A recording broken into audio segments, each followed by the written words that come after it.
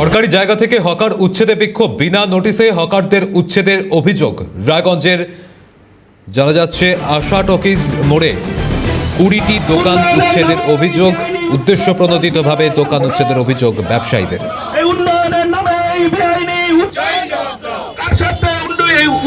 নামে উচ্ছেদ করা হচ্ছে পিডব্লিউডি থেকে। জবাব চাই, জবাব দাও, এই জবাব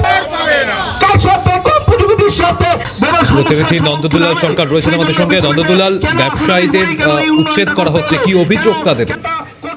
দেখো, যেটা ক্ষুদ্র ব্যবসায়ীরা যেটা জানাচ্ছে, বিনা নোটিশে কিন্তু পূর্ত দপ্তরের যে জায়গা, সেই জায়গা থেকে কিন্তু ক্ষুদ্র ব্যবসায়ীদের উচ্ছেদের যে সিদ্ধান্ত গ্রহণ করা হয়েছে, বিনা নোটিশে কিন্তু এই ধরনের ঘটনাকে রীতিমতো তারা কিন্তু ক্ষুব্ধ হয়ে উঠেছে। তারা কিন্তু সেখানে কিন্তু বিক্ষোভ দেখাতে থাকে এবং পাশাপাশি তারা কিন্তু এটা জানান যে উদ্দেশ্য প্রণোদিতভাবে কিন্তু শুধুমাত্র একটি জায়গা বেছে নিয়ে কিন্তু সেখানে কিন্তু তাদেরকে কিন্তু উচ্ছেদ করা একটা চেষ্টা চালানো হচ্ছে রাস্তার দুধারে। অথচ রায়গঞ্জ রাস্তার দুধারে বিভিন্ন জায়গায় কিন্তু হকাররা কিন্তু সেখানে কিন্তু বিভিন্ন ভাবে কিন্তু সেখানে জায়গা দখল করে রয়েছে। অথচ কোনো জায়গায়, শহরের কোনো জায়গায় কোনো কিছু না করে কিন্তু কোনো এক বিশিষ্ট প্রতিষ্ঠানকে কিন্তু বোঝা যাচ্ছে। নন্দদুলাল, আপাতত ধন্যবাদ জানাচ্ছি তোমাকে।